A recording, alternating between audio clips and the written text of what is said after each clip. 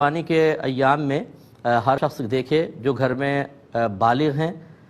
بالغ جو ہے 15 سال کے بعد سمجھ لے بلوغت کا حکم ہو جاتا ہے، مسلمان ہوں بالغ ہوں، تیسرا مقیم ہوں مسافر نہ ہوں، حالت سفر میں نہ ہوں، اور چوتھا وہ مالک نصاب ہوں۔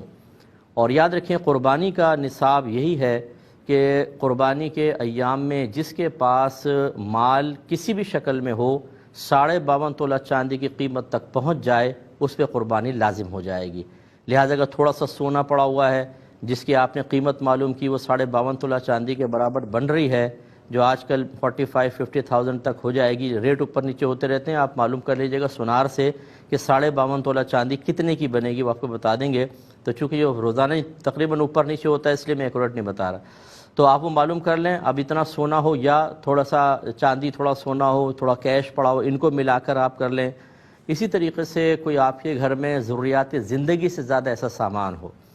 ضروریات زندگی والا سامان وہ کہلاتا ہے جس کے بغیر انسان کا گزارا مشکل ہو، جیسے گھر خود ضروریات زندگی میں آتا ہے، آپ کی سواری ہے، برتن ہے، فریج ہے، اگر آپ اے سی باقاعدہ یوز کرتے ہیں تو اے سی بھی ضروریات زندگی کے اندر آئے گا۔ اس کے علاوہ جو اضافی سامان پڑا ہوتا ہے، پرانی کتابیں ہیں، جوتے ہیں، پرانے کپڑے ہیں، ڈیکوریشن پیسز ہیں، ان کی قیمت کا بھی اعتبار کیا جاتا ہے۔ حتیٰ کہ فقہا نے لکھا کہ اگر کسی کے 6 کمرے ہیں،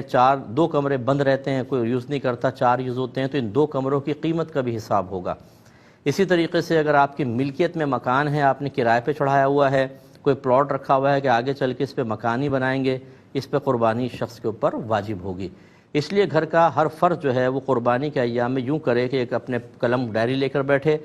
جتنا اس کے پاس سونا ہے وہ لکھے، چاندی، روپیہ،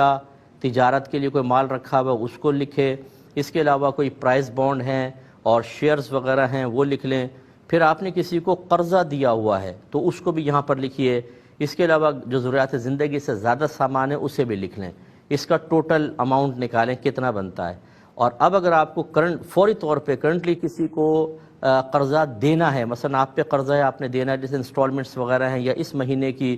BC وغیرہ ہے، وہ تمام اس میں سے مائنس کر دیں۔ آپ یہ دیکھیں اگر 52.5 تولہ چاندی کے برابر اب بھی مالیت بچتی ہے تو آپ پہ قربانی واجب ہے اور قربانی کرنی ہوگی۔ بہت سارے ہمارے بہن بھائی ایسے ہیں، بعض مجھے یہاں تک کہتے ہیں استاد 16 سال سے ہم پہ قربانی بن رہی تھی، ہمیں پتہ ہی نہیں تھا۔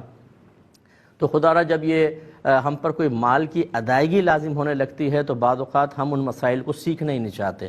یہ کہتے ہیں جی یہ مولویوں کی باتیں چھوڑو جی۔ اگر آپ بچے کو سن رہے ہوں یا کوئی بہن سن رہی ہوں اپنے شوہر سے، یا بچے اپنے والد سے کہیں نا کہ جی صاحب نے ایسا مسئلہ بیان کیا، عمومی طور پہ جو ہمارا مشاہدہ ہے وہ یہ ہے کہ والد صاحب کترا جاتے ہیں، ارے بھائی یہ چھوڑ دو مولویوں کی بات ہے، جو میں کر رہا ہوں ٹھیک کر رہا ہوں۔ تو اس لیے پھر ایسا کہیں گے تو ہمارا کوئی نقصان نہیں ہوگا، آپ کا آخرت میں نقصان ہوگا۔ حساب کتاب سب اپنا اپنا کریں۔ تو آپ کی خدمت میں گزارش کر رہے تھے کہ تھوڑا سا اپنے نفس سے مقابلہ کیجئے، آپ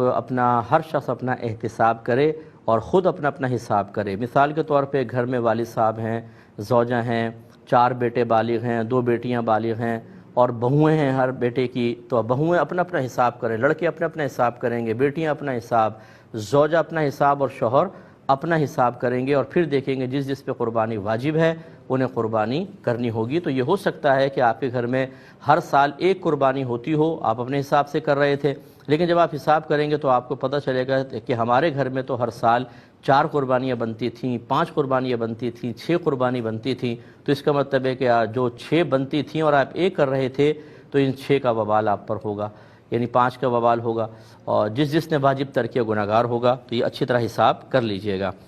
اسی کو لے لیتے